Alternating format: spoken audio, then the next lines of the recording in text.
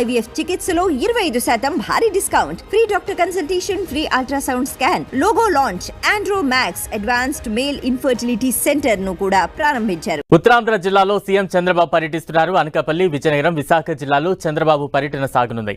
అనకాపల్లి జిల్లా దార్లపూడి దగ్గర పోలవరం ఎడవ కాలువను చంద్రబాబు పరిశీలించారు. అనంతరం భౌగాపురం ఎయిర్పోర్ట్ ను సందర్శించారు. అక్కడ జరుగుతున్న పనుల తీరుపై అధికారులతో చంద్రబాబు సమీక్షించారు. ప్రస్తుతం సిఐఐ వర్చువల్ కాన్ఫరెన్స్ కు హాజరైన సీఎం చంద్రబాబు సాయంత్రం 4:30 గంటల వరకు ఈ కార్యక్రమంలో పాల్గొంటారు. అనంతరం మెడ్టెక్ జోన్ వర్కర్లతో సమావేశమవుతారు.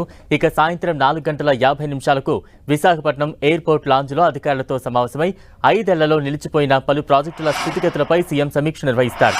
రాత్రి 7:45 ఉండవల్లి నివాసానికి సీఎం చంద్రబాబు చేరుకోనున్నారు.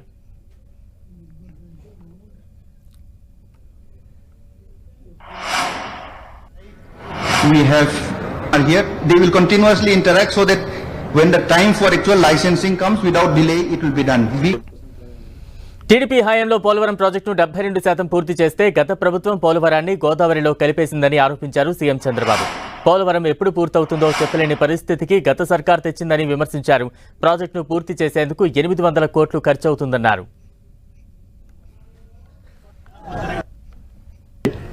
నేను ఆ రోజు పనులు చేసిన 5 ఏళ్ల గురించి ఎక్కడుందో అక్కడే ఉన్నాయి, వేసిన దొంగలు అక్కడే ఉంది. ఏం తమ్ముళ్ళు ఒక్క ఇటుకేమైనా పని చేశారా అని మిమ్మల్ని అడుగుతున్నా. ఏమన్నా ఎక్కడైనా ఒక తట్ట మట్టి వేశారా అని నేను అడుగుతున్నా. వీళ్ళు చేసింది గోతులు దిగారు, గుంతలు తీశారు. ఇప్పుడే దీనిపైన మీరు ఒకసారి చూస్తే పోలవరం నేను 72% ఆ రోజు పూర్తి చేస్తే ఈ దుర్మార్గులు వచ్చి 72% పూర్తి చేసిన డయాఫ్రామ్ వాల్ పూర్తయితే దాన్ని గోదావరిలో కలిపేశారు. కాల్ఫర్ డ్యాములు డ్యామేజ్ అయినాయి.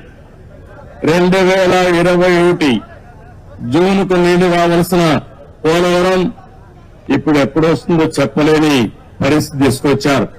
పోలవరం ఈ రాష్ట్రానికి ఒక వరం. ఉత్తరాంధ్ర సుజల స్రవంతి పూర్తి చేసుకుని పోలవరం ద్వారా గోదావరి నీళ్లు మనం తెచ్చుకోగలిగితే ప్రతి ఎకరాకు నీళ్లు ఇచ్చే అవకాశం వస్తుంది. కరువు అనే సమస్య ఉండదు.